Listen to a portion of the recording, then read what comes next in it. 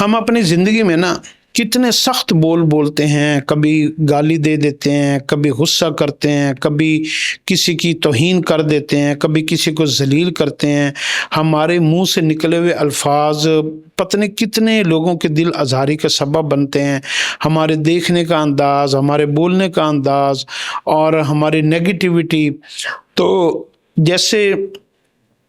ہر چیز کا ایک صدقہ ہوتا ہے نا، تو ہمارے منہ سے نکلے ہوئے جتنے الفاظ ہوتے ہیں نا، برے الفاظ، جس سے ہم نے لوگوں کے ساتھ زیادتی کی اور کتنوں کا دل دکھایا، ماں باپ کے ساتھ جو ہے نا بدتمیزی کی،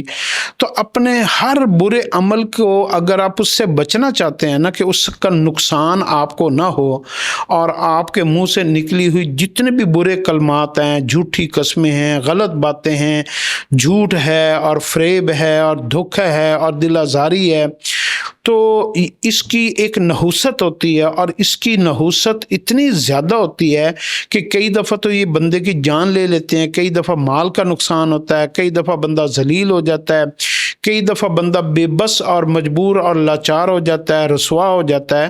تو یہ جو الفاظ ہوتے ہیں نا منہ سے نکلے ہوئے، یہ جب بھی آپ برے لفظ منہ سے نکالیں، جب بھی آپ کی زبان سے کوئی غلط الفاظ نکلیں، تو آپ اپنے ذہن کے اندر ایک یقین اور عقیدہ بنا لیں کہ اگر میں ان لفظوں کے اوپر اللہ سے معافی نہیں مانگوں گا اور اپنے لفظوں کو ٹھیک نہیں کروں گا، تو میرے اوپر اب آسمانی نظام جو ہے نا وہ میرے خلاف چلنا شروع ہو گیا ہے، غیب کا نظام میرے خلاف چلنا شروع ہو گیا ہے۔ تو سب سے پہلے تو اس کے اوپر معافی مانگیں، اور معافی مانگنے کے بعد پھر اس کو ریکور کیسے کریں، کہ پھر ریکور اس کو یوں کریں کہ آپ پھر اپنے زبان کو مٹھاس سے تر کر لیں،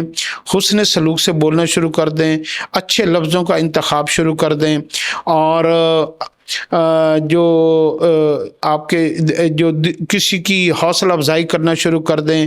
کسی کی جو ہے نا کسی کو تسلی اور امید دینا شروع کر دیں، تو یہ برے الفاظ سے بچنے کا ایک نسخہ بھی ہے، اور آپ کی زبان سے نکلے ہوئے جتنے الفاظ ہیں یہ ان کی زکوٰۃ بھی ہے۔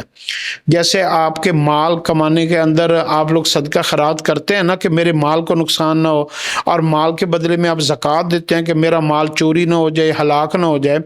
اسی طریقے سے آپ کی زبان سے نکلے ہوئے جو الفاظ ہیں وہ آپ کو نقصان نہ دیں۔ تو اس سے بچنے کے لیے آپ ایک تو اپنے لفظوں کے اندر اچھے لفظوں کے انتخاب شروع کریں، اور اچھے بول کے انتخاب شروع کریں، اور لوگوں کے ساتھ جو حوصلہ، تسلی، امید، اچھے جو ہے نا آپ کسی کو آپ جو ہے نا وہ